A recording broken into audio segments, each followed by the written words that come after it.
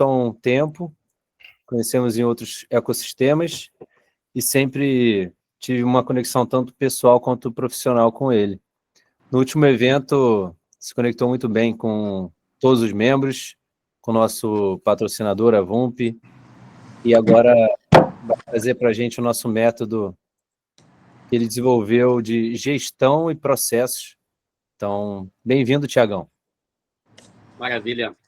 Valeu, meu amigo e meus amigos, né? Pois se a gente está no lugar certo aí, todo mundo dedicando um tempinho aí na noite, a gente poder compartilhar a ideia, uma satisfação imensa.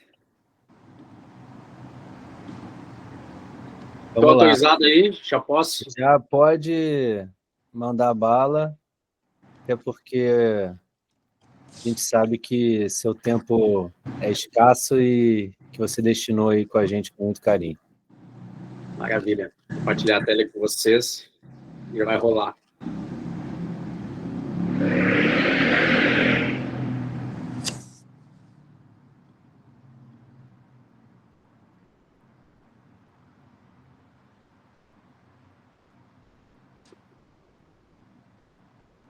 Avisa aí quando estiver compartilhando. Tá, já.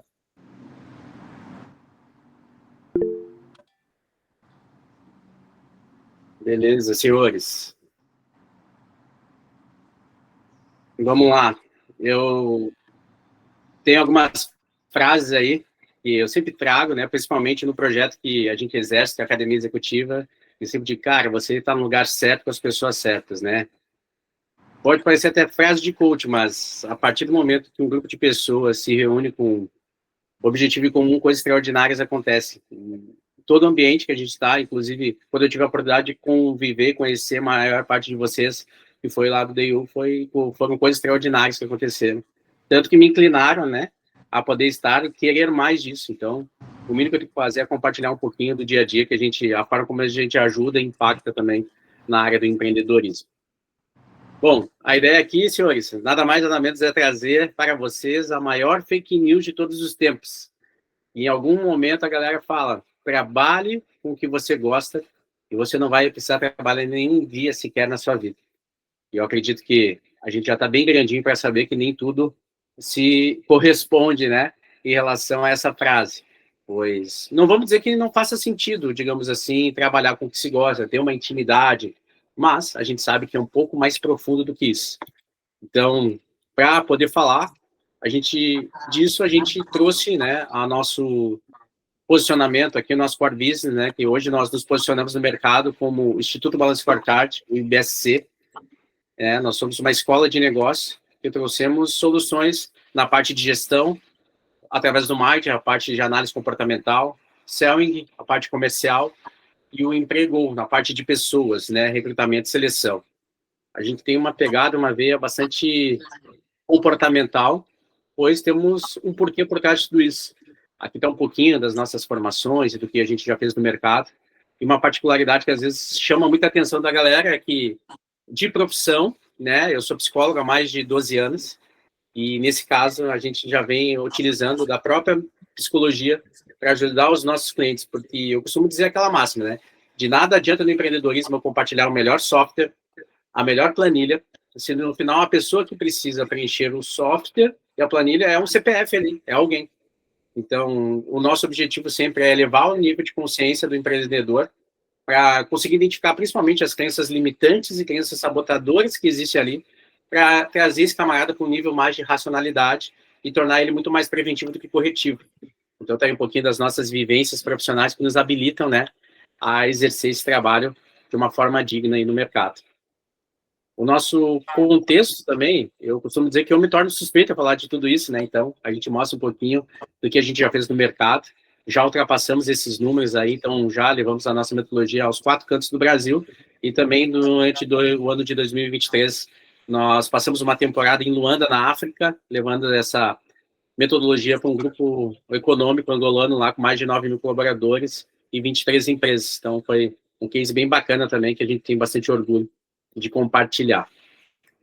E lembrando, toda vez que eu me permito compartilhar uma ideia com o empresário, eu costumo dizer que a gente está nesse exato momento, todo mundo que está nessa sala, todo mundo que vai assistir depois, se considere no estratégico. Pois na ideia, né, de uma gestão de um modelo de negócio, a gente sabe que existem os níveis operacionais, táticos e estratégicos. Mas, no fundo, a maioria dos empresários, até mesmo, ele não consegue ficar aqui, que geralmente ele está nos 2 níveis abaixo aqui, né, praticando ciclos viciosos, pois ele acredita que ninguém faz aquilo tão bem quanto ele mesmo. Então, logo, ele tem uma tendência a estar ali na operação, sujando as mãos para poder fazer um trabalho. Até eu vi alguns posts recentes que o pessoal diz, cara, essa balela aí, ou essa ideia do operacional, do tático, do estratégico, qual é a situação, Thiago? Qual é a real?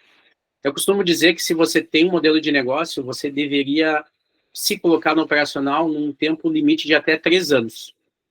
É o tempo limite que você vai experienciar tudo que ele tem, pois depois tem um processo de repetição, e automaticamente é seu dever documentar todas as etapas do que você já faz hoje.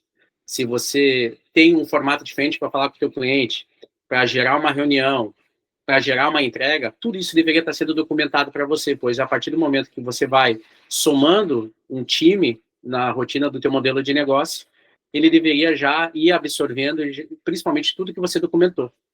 Tá aí as franchises, para não me deixar mentir, e não importa, principalmente no segmento gastronômico, não importa onde a gente esteja, se é João, Pedro, Maria, se a gente for lá no McDonald's, se a gente for lá no Burger King, não estou aqui para dizer qual é o melhor, mas a gente vai comer a mesma referência de lanche, né?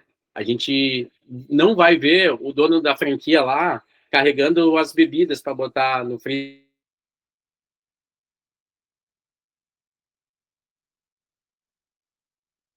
Merece estar e que coisas extraordinárias acontecem, né? Então, toda vez que você sentar para estudar, pense que você está fazendo atividades da gestão nesse exato momento, certo? E automaticamente, eu quero também a galera depois deixe no comentário ou dê um joinha aí, só para ver se faz sentido essa ideia. Nós, desses 9 anos de atividade que a gente executa na área de empreendedorismo, nós entendemos que existem 3 possíveis momentos que o empresário ele vai se encontrar. Ou ele vai estar no momento da expansão, onde ele teve um ligeiro sucesso, e aí simplesmente a demanda que ele tinha com 4 profissionais, ele passou para 15, 20, aí ele pega e se pergunta, cara, eu nunca cheguei nessa fase do jogo, nessa fase do game aqui. E agora? Porque antes eu tomava uma decisão, podia até ser uma decisão irresponsável, mas no final das contas, é comigo mesmo, eu me viro. Só que agora tem uma galera que depende dele. Tem 14, 20 famílias que dependem direta ou diretamente dele. E aí ele começa a ser um pouco mais cauteloso. Nós temos também aquele camarada que está ali no processo de estagnação, naquele processo de eletrocardiograma. Ele vai um pouquinho acima, ele volta, e ele percebe que ele está 5, 6, 7 a 8 anos no mesmo segmento, no mesmo setor, e ele está com a mesma média de faturamento. E ele se dá por conta disso, cruelmente, principalmente quando ele vê profissionais ou outras empresas nascendo no mesmo nicho dele, com o mesmo tempo de vida no mercado, com 6 meses, 1 ano, 2 anos, e essa galera já está levando uma fatia daqueles contratos, está levando uma fatia daqueles orçamentos que era para ser dele, que ele já era para estar dominando tudo aquilo ali, mas no final das contas, ele simplesmente não inovou. E a gente sabe aqui que o mercado é voraz e as empresas que não inovam, elas morrem, né? Então, esse camarada percebe que ele precisa fazer algo e ele está estagnado. Então, eu costumo dizer que sempre existe uma maneira melhor de fazer o que você faz todos os dias. Só que muitos ainda estão lá. Eu costumo até dizer que eles praticam marketing da esperança, né? Eles cruzam os dedos e abrem as portas do negócio esperando. Pois, afinal, cara, se eu tenho um negócio, as pessoas têm que vir aqui. Mas a pergunta é, por que elas têm que se relacionar profissionalmente contigo e não com todas as outras dezenas de soluções iguais a que tu faz no mercado? E uma mensagem um pouco brutal aqui é aquela. Pode ter certeza que se por algum motivo, infelizmente, você fechar as portas, você parar de exercer o que você faz, pode ter certeza que muita gente nem vai lembrar que você estava nesse nicho. Tem muita gente que nem vai lembrar, às vezes, que você existia nessa área. Pois no final, tem sempre alguém que vai suprir isso. Então, você não é tão especial quanto você acha, porque o mercado, ele te engole. Então, você tem que estar ligado nisso. E, por fim, não menos importante, o camarada que está no retrocesso. É o profissional que teve uma ascensão, só que aí ele simplesmente teve aquela falsa ideia de que ele tinha achado a fórmula mágica. Ele achava que, a partir de agora, é só replicar aquilo por todos os anos restantes e ele vai fazer os mesmos números, vai ter o mesmo sucesso. E é exatamente que o ego faz esse camarada tropeçar e ele acaba se apequenando. Uns até nem tem chance apenas de sobreviver, mas quem ainda permaneceu, ele reduz a operação, ele demite uma galera, ele vai para uma sala menor, para um escritório menor, ele desliga alguns outros e começa a voltar a fazer aquelas atividades. Não, deixa que eu mesmo ocupo mais essas 2, 3 funções do encaixando o organograma. E aí, no final das contas, ele está nesse nível também. Moral da história. Para qualquer um desses 3 níveis, esse profissional ele vai estar precisando tomar decisões. Ele vai estar precisando estar parando arestas, resolvendo o modelo de negócio dele. Então, o que impede o camarada de ir para o próximo nível é que muitas vezes ele para de estar em movimento. Então, essa é uma ideia que, independente do nicho que você esteja, você está em um desses 3 momentos. E a pergunta é, o que você está fazendo para ter resultados diferentes, certo? E eu costumo dizer também que existem 2 formas de empreender no Brasil, que é também uma outra dor que o camarada percebe. Ou você tem um conhecimento empírico, você trabalhou, até de repente a galera puder colocar aqui, quem aqui já trabalhou como CLT para uma empresa em algum momento na vida? Coloca aí, só para ter uma ideia. Alguém aqui em algum momento? Tá, alguém me estou vendo ali? Acho que uma grande maioria, né? Então, moral da história. Muitas vezes a gente tem um roupante, né? A gente chuta o balde e a gente cansou de trabalhar para alguém. Diz, cara, quer saber? Eu não vou trabalhar mais para esse maluco aqui. Eu sei fazer mais do que ele até mesmo. E no final das contas, cara, você fica ali perdidaço, né? Então você pega uma sua rescisão, você pega um empréstimo, faz alguma coisa, quer saber, vou trabalhar agora, a partir de agora para mim mesmo. É isso que eu vou fazer, né? Só que você vai lá e abre um CNPJ. Se eu quiser abrir um CNPJ agora, aqui em 30 minutos, eu entro no site do MEI Fácil e abro um MEI. Só que a pergunta é, quais são os conhecimentos, quais são as habilidades, quais são as atitudes que você adquiriu antes de abrir o CNPJ e agora que o CNPJ te fazem o profissional do ano, o gestor do ano, né? Essa é a primeira pergunta. Segundo, não menos importante aqui, a CNPJ é como se você tivesse uma CNH. O que eu quero dizer com isso?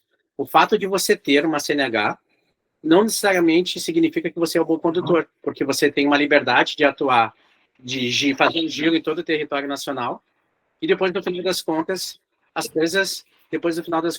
cara, tem gente que tem CNH, mas fica dando volta no quarteirão para poder fazer principalmente a baliza, que não sabe, entendeu? Então, pega a visão. Tem muita gente que tem CNH, não consegue subir o morro, não consegue fazer uma baliza e tal. E a mesma coisa eu digo, tem muito empresário que, no final das contas, ele conduz a empresa simplesmente porque ele tem um número. Isso aí é loucura. Logo, tem uma segunda formatação, que é quando o cara vai para o nível superior. Cara, eu vou para a faculdade, eu vou para a academia, eu vou me formar em uma área. Só que daí, quando ele sai da faculdade, ele percebe tardiamente que ele se formou num sistema que te coloca em um cenário onde a galera diz, estude para ter um bom emprego. Estude para ser alguém na vida, certo? E quando você sai da faculdade, você quer botar a mão na massa, você não sabe fazer outra coisa. Ninguém te diz assim, estuda para gerar emprego, para fomentar negócios. E daí, se a gente for pegar o exemplo, vamos pegar um exemplo de um chefe de cozinha, um camarada que se formou em gastronomia, e o que ele sabe, cara? Ele sabe tudo, ele sabe o tempo de cocção do alimento, exatamente o tempo certo, ele sabe comprar os melhores insumos, ele sabe preparar um ceviche, um molho madeira, um carpaccio, só que isso não é o suficiente, pois isso faz com que ele seja um bom profissional técnico. Só que para manter o negócio dele saudável, ele precisa simplesmente saber recrutar, selecionar, reter e desenvolver talentos. Ele não sabe muitas vezes ler uma DRE, um demonstrativo de resultado de exercício. Eu atendo restaurantes aí com 12 anos de vida, estou atendendo um restaurante de 39 anos de existência e eles não fazem o fechamento numa DRE, eles só trabalham por fluxo de caixa. Então, eles acham... Agora, acabei de sair de uma clínica estética, onde eles trabalhavam lá, o giro, cara, nós faturamos X, tudo mais, eles nunca tinham visto uma DRE. Coloquei a DRE para eles agora há pouco aí, e eles entenderam e simplesmente estão fechando negativo. Um dos meses de maior venda, eles estão fechando negativo, porque nunca imaginaram que isso era importante. Só ficava ligado no fluxo de caixa. Por fim, imagem de contribuição, EBITDA, modelo de negócio, processos. O camarada não tem a ficha técnica, não tem um POP, procedimento operacional padronizado, que diz para cada colaborador a sua rotina semanal, sua rotina diária, sua rotina semanal, sua rotina mensal e principalmente eventual. né? É todo mundo fazendo o que acha que tem que ser feito. Aquele camarada que é o dono, tentando, ele principalmente ele não delega, ele delarga. Então, ele se estressa porque todo mundo tem que fazer do jeito dele. Aí ele começa a dizer que ninguém veste a camisa, porque ninguém entende, que as pessoas não têm vontade. É tudo simplesmente porque não tem um modelo de negócio, não tem processo. E principalmente vendas e marketing. A pergunta é, e eu faço para todos vocês, por quê? Até fiz uma pergunta parecida agora há pouco. Por que eu tenho que ir no restaurante desse camarada e não nas outras 10 opções que tem no raio de 2 quilômetros na região? Por que ele? Ah, Thiago, porque eu sirvo uma comida de qualidade, porque eu sirvo amor através da gastronomia. Cara, primeiro, qualidade não é diferencial, é a tua obrigação. Mesmo que muitos ainda não te entreguem qualidade no mercado, é o mínimo do mínimo do mínimo que tem que fazer. E ninguém vai comprar esse discurso. Né? Então, camarada, muitas vezes eu te pergunto hoje, anota aí, pega a visão. Por que eu tenho que fazer negócio contigo e não com todos os outros profissionais que estão na tua área também? Tem muitas pessoas que têm uma dificuldade para encontrar. E se você tem uma dificuldade, às vezes, de saber por que você e não os outros, imagina o teu cliente. Por que ele vai ter que te escolher? Essa é uma das ideias que a gente traz aqui, certo? E aí eu pergunto, e aí é o momento para não ficar tão chato, e pelo menos eu vou 2, 3 pessoas que possam me responder aí. Há perguntas que valem R$ 1 milhão. Se eu perguntar para um de vocês aí, qual é o negócio de vocês? Pode abrir o microfone e dizer, quando alguém encontra vocês no network mesmo, nos grupos aí, e aí, meu amigo, trabalha com o quê? O que geralmente vocês respondem? Quem gostaria de compartilhar? 2 pessoas só para dizer, para ter uma ideia.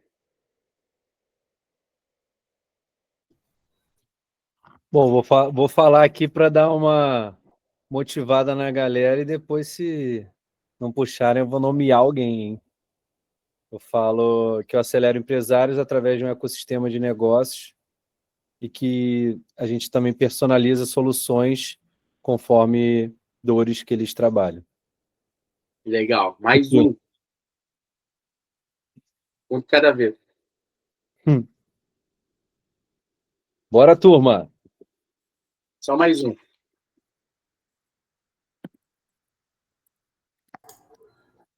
Como diz no Exército, não há voluntários, há voluntários. Vou puxar a Janice. Tô com saudade de vê-la, de ouvi-la também.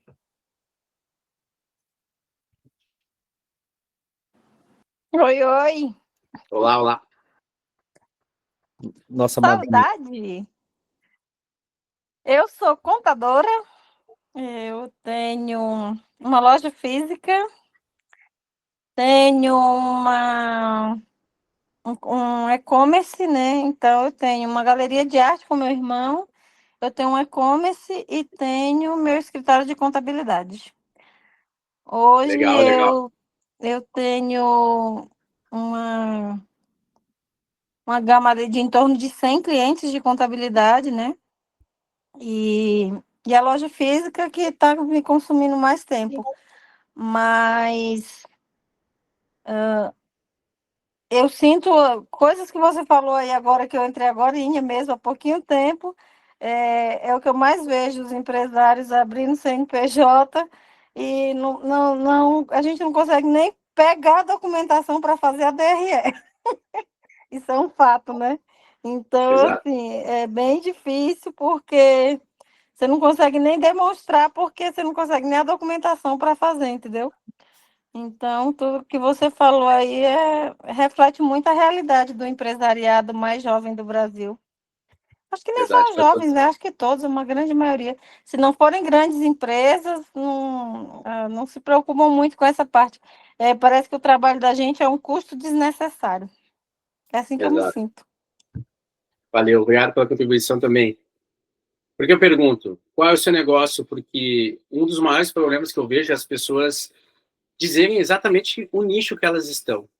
E o teu negócio não necessariamente é teu nicho. Você poderia, eu costumo dizer que o que faz mais sentido é você responder que você está na área, no segmento da gestão empresarial. Pois, conhecendo até um pouco do pessoal aqui, eu percebo que essa condição de ecossistema, de modelo de negócio, faz você estar no topo mesmo. E não necessariamente você precisa saber cozinhar para ser o dono do restaurante. Até mesmo se me perguntasse, Thiago, tu quer um sócio aí, tu quer alguém que entenda de gestão, ou tu quer alguém que entenda de cozinha? Cara, eu vou ter que trabalhar com o cara da gestão, mesmo que o cara não saiba fritar um ovo, né? Porque É raro encontrar um profissional com essa expertise. Já, chefe de cozinha, a cada 6 meses, as universidades me entregam, né? Então, no final das contas, a gestão, ela te permite flutuar em vários segmentos, como tem muitos profissionais aqui que são sócios de outros segmentos também, e o que faz sentido é você estar focado na gestão, principalmente no controle dos indicadores, que é o que nós vamos falar aqui também. E a pergunta que eu faço para todo mundo é, você tem um planejamento com indicadores e processos 100% documentados do seu negócio? Essa é a primeira pergunta que você deve se perguntar. E se não tem, pode fazer que você se inclua nessa ideia de estatística aqui da famosa pesquisa de Harvard que eu vou falar aqui. Pois tem muitos profissionais que investem, em média, R$100 mil em um fundo de investimento no qual não sabe retorno. Tem muita gente. E eu pergunto aqui, vocês investiriam 100 mil? Tem gente que queima o dinheiro porque ele simplesmente não tem noção dos perigos que fazem, ele só se atrai em cima de um discurso, fecha os olhos, seja o que Deus quiser. Tem gente colocando muito dinheiro em cima dos seus próprios negócios, mas que também não sabe o quanto esse negócio dá de retorno.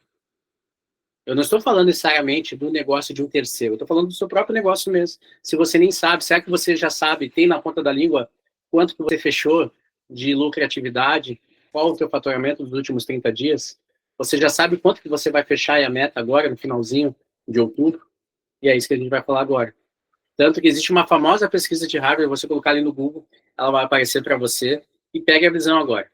Em 1979, as seguintes perguntas foram feitas aos formandos de Harvard. Pensa, você estabeleceu metas claras e por escrito para o seu futuro? Essa foi a primeira pergunta.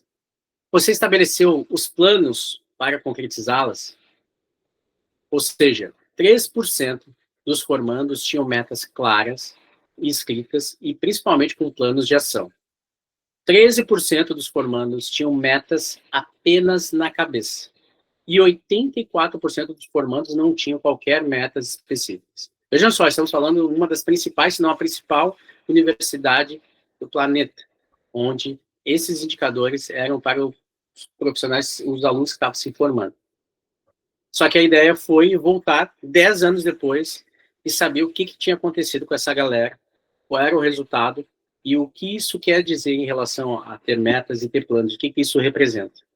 13% dos formandos que tinham metas apenas na cabeça ganhavam, em média, o dobro dos outros 84% que não tinham meta alguma. Já 3% dos formandos que tinham metas e planos claramente definidos e por escrito ganhavam, em média, 10 vezes mais que os outros 97 juntos. E aí a pergunta que fica, moral da história. Não se gerencia o que não se mede. Não se mede o que não se define.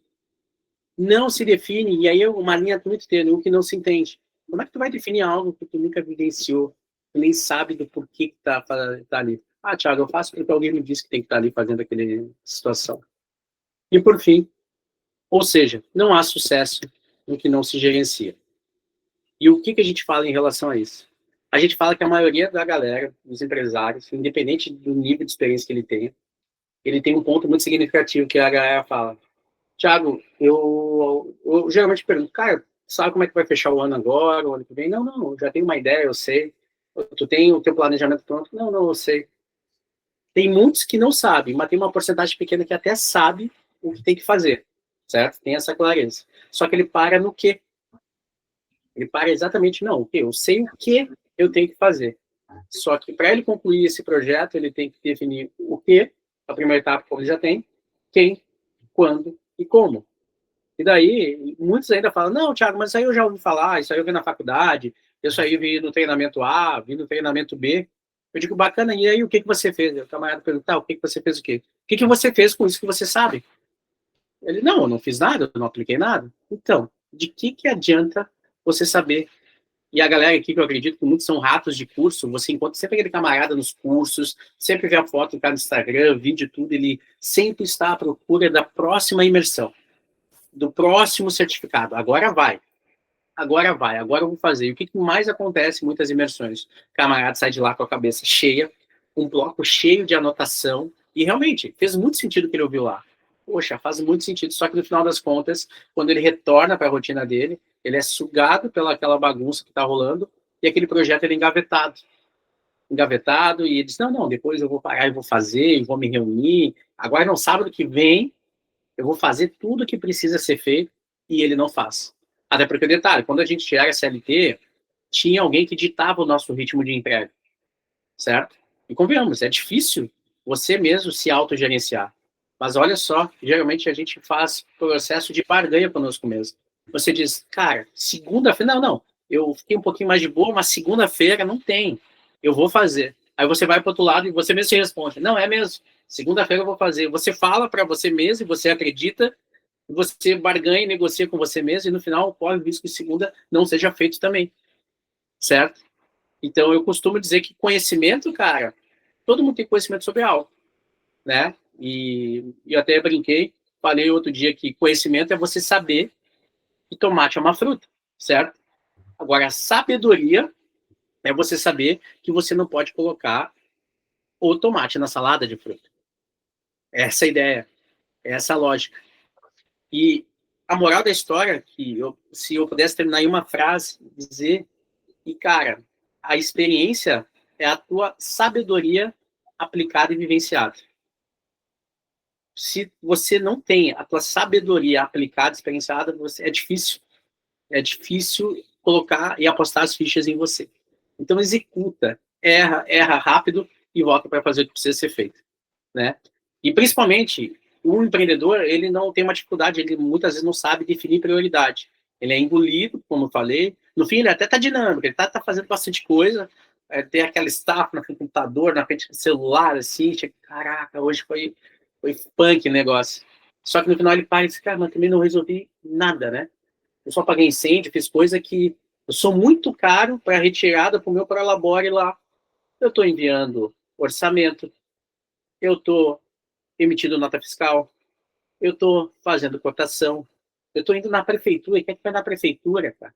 E tem gente, não, Thiago, eu estou indo na prefeitura hoje, eu tenho que fazer tal coisa, eu estou indo lá no D3, cara, você não tem que fazer isso. É esse tipo de coisa que você pode delegar, um auxiliar administrativo estagiário consegue fazer para você. Você está dedicando, quando eu volto lá na pirâmide estratégica, dedicando o teu tempo para focar no que vai girar o ponteiro, entendeu? E você é muito bom lá, então a tua expertise tem que se aproveitar para nisso. E outra, muitos continuam tendo os mesmos comportamentos, esperando resultados diferentes. Albert Einstein dizia, é insanidade uma pessoa fazer as mesmas coisas aguardando ter resultado diferente. Então, a maioria dos empresários só sabe, não, isso aí eu já vi, isso aí eu já sei. Tá aí, o que tu fez com isso que tu já sabe? Essa é a pergunta que você deve se fazer. Tá, Thiago, mas o conceito tá legal, mas qual é o segredo? Qual é o game mesmo? Cara, simplesmente é inegociável, mesmo se você for uma empresa, mesmo se você tiver 10, 20, 100 cabeças dentro do teu modelo de negócio. Você precisa medir simplesmente seus indicadores financeiros. Cara, religioso, digamos assim. É um processo inegociável. Ao final de cada 30 dias, você deveria sentar com seus sócios e ter uma reunião de indicadores. Essa é a ideia. Medir a satisfação do seu cliente, medir a eficiência do marketing, medir o resultado do seu comercial. E quando eu falo comercial, não necessariamente a gente está se referindo ao se bateu a meta ou não bateu. Cara, eu preciso destrinchar isso para trabalhar em cima da métrica de esforço. Qual o desprendimento de energia que eu vou ter ou que o meu time precisa ter para chegar na meta. Eu tenho observado muito o mercado imobiliário, eu tenho clientes também de segmento, que eles mudaram, a meta não se condiz hoje no faturamento. A meta se está no agendamento. Eu preciso de tantas reuniões dia, pois o número de reuniões com lead qualificado vai trabalhar numa média de conversão significativa, que eles já têm metrificado, que vai trazer o sucesso e a meta financeira para eles. Logo, para ele chegar nesse número de reunião, ele vai ter que falar com uma galera por telefone, vai ter que falar com uma galera no offline, vai ter que falar com uma galera pelo WhatsApp. Mas a métrica se tornou a reunião, porque se a reunião existir, a probabilidade de êxito se torna muito maior, dada a probabilidade do estudo de conversão que ele já deve ter anteriormente. Medir a performance da equipe, medir a capacidade da sua liderança, e é o que eu vou mostrar aqui. Tiago, como é que eu mensuro liderança? Cara, tem muita coisa que pode ser feita. E eu vou mostrar alguns exemplos que fazem sentido aqui. E medir a padronização do seu processo. Tem processo para tudo. Que nem eu fui chamado pelo Guilherme há 2 dias atrás. Tiagão, pode falar conosco, ele negócio vamos. Eu faço parte do BNI, do grupo de networking, né, eu acho que a maioria conhece aí também. Esse dia me convidaram, Thiago, tem muitos membros do nosso grupo que estão com vergonha, não tem palestra organizada, tudo mais. Tu consegue fazer a tua amanhã? Eu digo, não tem problema, estou sempre preparado, porque está pronto, é dedicado o tempo para isso. Os meus clientes, os tutoriais, os playbooks, eles recebem tudo que já tem. Porque imagina se cada cliente que eu for parado daqueles 400 para explicar sempre o mesmo conceito. E muitos aqui já trabalham com vídeos, cursos, mentorias gravadas, algumas outras coisas. Isso tem que ser usado a nosso favor, mas também nos processos, não apenas para os clientes. Só que detalhe, existe um método por trás disso, porque não foi o Thiago que acordou um dia e disse, cara, eu vou trabalhar aí com, sei lá, vou trabalhar aí com, ó, não sei se foi uma pergunta ou comentário ali do exemplo, passou rapidinho aqui na tela. Então, qual que é a ideia? Né? A gente não gosta muito de trabalhar como se a gente fosse aquele guru que acorda às 5 da manhã e com método mágico e faz você fazer coisas que você nem sabia que existia. A gente simplesmente trabalha com o que já existe desde 1992. Balance Scorecard é a metodologia que foi criada por esses dois professores de administração e também consultores empresariais, Robert Kaplan e David Norton. Eles simplesmente criaram um método baseado e faz você tomar decisões de uma forma muito mais racional. E essas grandes empresas aqui abaixo utilizam o método até hoje, eu acredito que a maioria delas dispensa apresentações, né? A ideia da analogia aqui é como se a sua empresa fosse um iceberg, e principalmente, na época, eles identificavam que muitos empresários tomavam decisões baseadas no financeiro. Se tem dinheiro para contratar, vai lá, faz o puxadinho, derruba a parede, pega uma outra sala e vão para cima, vão fazer o que precisa ser feito. Cara, não tem dinheiro, corta o cafezinho, desliga as luzes, os interruptores, demite 2 ou 3 aí, vamos dar uma segurada, certo? E tem gente que tomava decisões baseadas em 2 ou 3 indicadores financeiros. E tem gente que faz isso até hoje. E olha lá, hein? Só que aí que está a linha tênue do negócio. O teu sucesso ou o teu fracasso na área financeira, ele está intimamente ligado aos outros 4 níveis submersos que estão aparecendo aqui na imagem, que você simplesmente nem sabe que existe ou não dedica tempo para que isso aconteça. Logo, o Balance Scorecard nada mais nada é que o balanceamento desses 5 pilares: financeiro, comercial, marketing, inovação e liderança. Porque se você está com problema financeiro, é provável que esse problema é reflexo dos teus excessos ou das tuas faltas no controle de gestão dessas outras 4 áreas que estão submersas aqui. E logo, como é que a gente faz isso acontecer? Simplesmente a gente cria para o nosso cliente um painel, que é o dashboard que ele vai trabalhar, o mapa dele. A gente define o planejamento que pode ser para 1 ano, 3 anos ou simplesmente até 5 anos. A gente trabalha nessas 5 perspectivas que vocês viram ali, que é o financeiro, comercial, marketing, produção e liderança, e a gente traz as ideias aqui, que é o que a maioria dos empresários param. Aqui tem o princípio estratégico do cliente, tem missão, os valores, que é o DNA que vai fazer ele chegar até lá. Por exemplo, essa empresa que escolheu, nosso objetivo é aumentar a lucratividade, diminuir custos variáveis e diminuir despesas operacionais. Isso são os 3 objetivos estratégicos macro no financeiro, que se repetem, tanto no comercial, tanto no marketing, tanto na produção e também em liderança. E quando eu falei que eu ia citar até o exemplo da liderança, por exemplo, tem um indicador aqui que diz: ser uma empresa desejável para se trabalhar. Cara, às vezes tem muita galera que reclama aí de mão de obra e negócio, mas tem outras empresas que recebem currículos todos os dias porque elas são referência. Mas aí a pergunta é, tudo isso aqui está muito subjetivo, né? Como é que eu sei que eu cheguei lá ou não? Então, planejamento estratégico, se eu for perguntar para qualquer um de vocês, quando vocês olham para os seus negócios, para você definir em 3 objetivos estratégicos cada área, você vai conseguir definir uma prioridade. Só que o problema é que muitos param exatamente aqui, ó. Tá, eu tenho que aumentar a minha lucratividade, eu tenho que melhorar a minha produtividade, eu tenho que inovar dos produtos e serviços. Tá, como é que eu mensuro que eu cheguei lá? E aí, a gente vai para o desdobramento, e daí a gente consegue trabalhar com os nossos clientes a definição desses objetivos estratégicos, que vão gerar o nível de indicador. Cada objetivo estratégico tem indicador. Por exemplo, o que eu vou medir para saber que o meu faturamento está aumentando ou não? Vou medir o meu faturamento bruto, que é uma das coisas importantes, porque tem empresas que não medem. Qual é o tipo de número que eu vou ter? É em real? É número? É porcentagem? O meu objetivo é aumentar? O meu objetivo é diminuir? O meu período de análise é mensal, trimestral, semestral, anual? O tipo de resultado que eu quero, depois de tudo isso validado? É o valor total do indicador a ser alcançado? É o valor da média a ser atingida? E tudo isso se repete. A gente consegue definir média em até 10 indicadores para comercial, em até 10 indicadores para o marketing. Simplesmente a tua empresa que tinha 1 ou 2 indicadores passa a ter 50 indicadores através dessas 5 perspectivas. E aí sim, o game do empreendedorismo, o game da gestão começa a fazer sentido. Pois aí a gente separa as crianças, tira da sala, e você vai para um nível que você jamais vivenciou. E eu costumo brincar até. Geralmente o empresário ele não sabe que existe um próximo nível de gestão profissional do modelo de negócio. Logo, a gente começa a pegar a meta, começa a jogar no projetado, começa a jogar no realizado, e cada indicador daqueles a gente começa a definir se nós estamos crescendo, se nós estamos ficando a um nível inferior. Isso pode ser replicado para todas as áreas. Aqui eu printei aqui o exemplo da parte financeira, e principalmente a gente faz isso com todas as áreas, financeira, comercial, marketing, inovação e liderança. E aí tu começa a desprender a tua energia, porque quando você toma uma decisão baseada em números, em fatos e não em achismos, porque com propriedade, né, voltando falando da parte de comportamento humano enquanto psicólogo, tem muito dono de empresa que toma decisão baseada no seu ego, baseado em achismo, baseado no que alguém disse para ele um dia que ele achou que era legal, e ele não mensura nada disso. Então, por isso que, a partir do momento que você tem esses comportamentos, você tem resultados medíocres, né? E aí a gente consegue ainda fazer uma ideia de validar.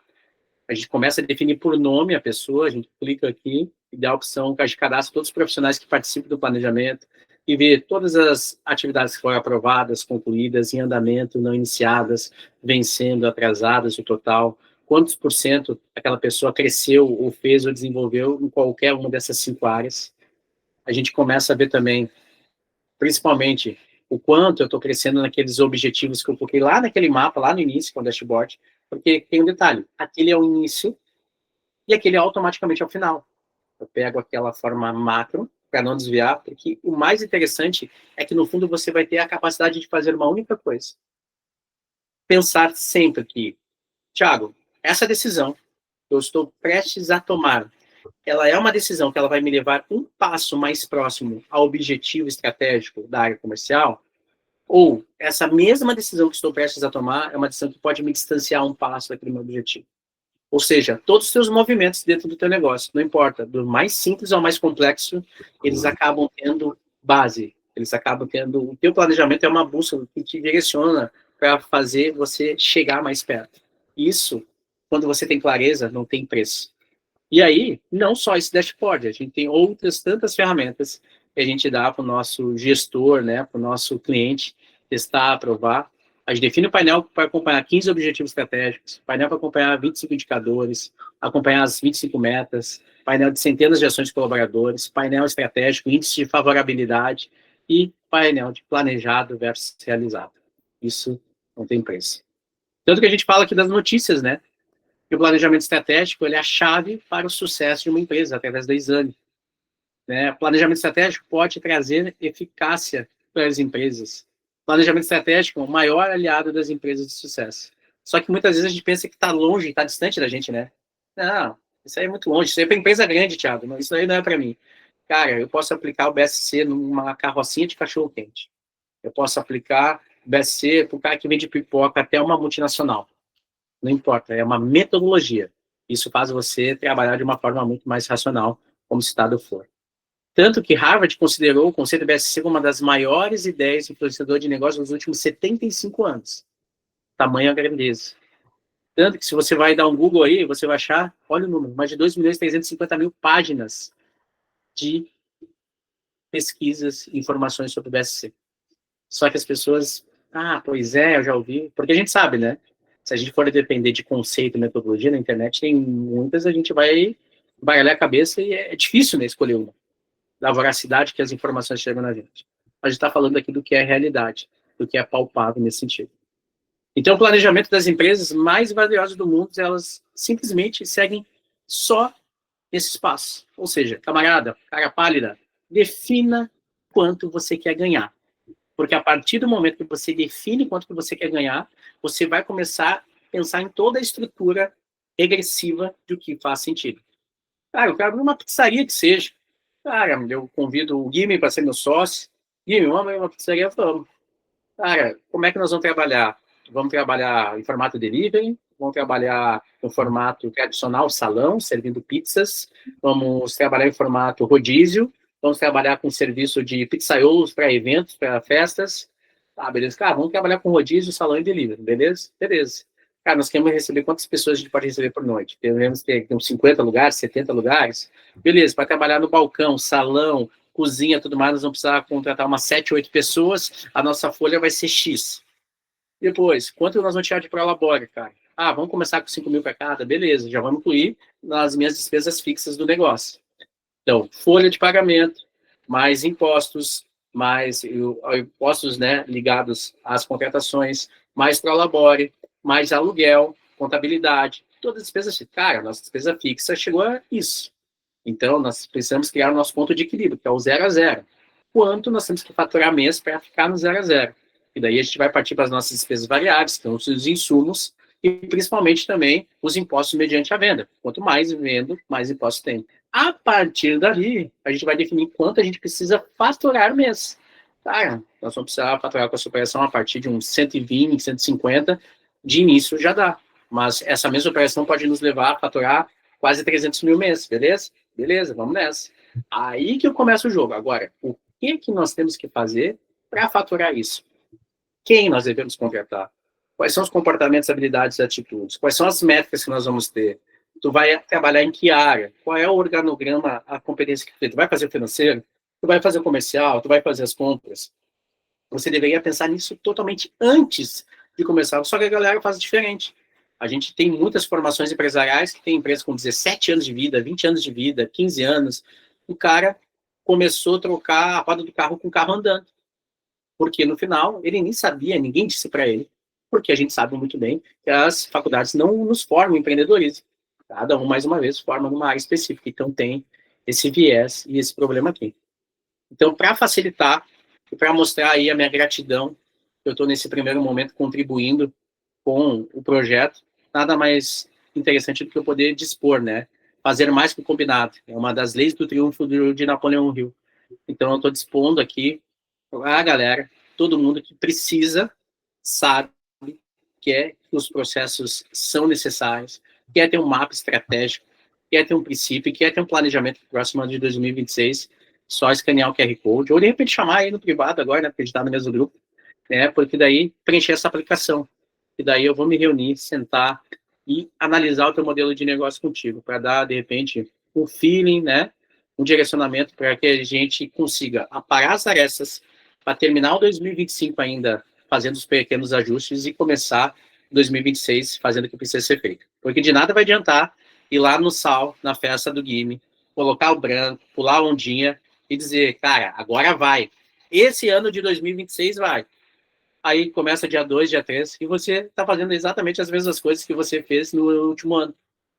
E a pergunta que eu te faço é, terminar, se você estiver no final de 2026, obtendo os mesmos resultados de agora do final de 2025, isso te preocupa ou te conforta? Então, no final das contas, nós sempre temos a decisão nas nossas mãos, e é uma das ideias aqui que a gente traz já para compartilhar, a importância do planejamento, a importância de a gente ser muito mais preventivo que corretivo, e principalmente, falar uma outra linguagem do próximo nível. Né? E eu costumo dizer, o nosso objetivo aqui é levar você e a sua empresa para o próximo nível da gestão, que é lá onde você merece estar e que coisas extraordinárias acontecem. Certo, galera? Então, a minha mensagem final é: vamos empreender e vamos liderar os nossos negócios. Vamos fazer acontecer. E essa é a minha ideia. Fechou, pessoal?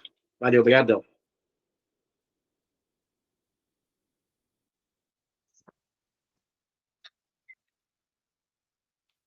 Tá mutado, Guime. Ninguém tá te ouvindo.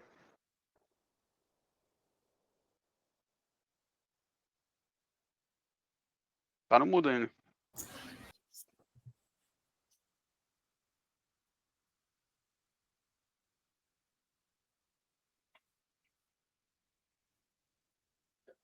Hum.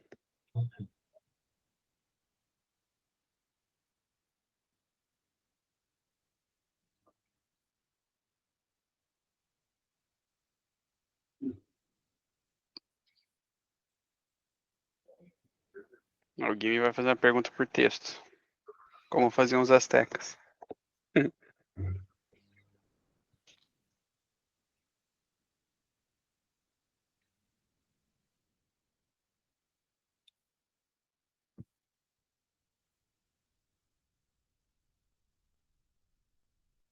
Agora estou vendo, vou começar com a pergunta do Guime aqui, depois eu vi que tem mais texto, não sei se foi pergunta ou não. Vamos lá. Minha pergunta é, como monitorar e medir a performance do time? Sou muito ruim em microgerenciar. Eu acho que já a ideia já é essa.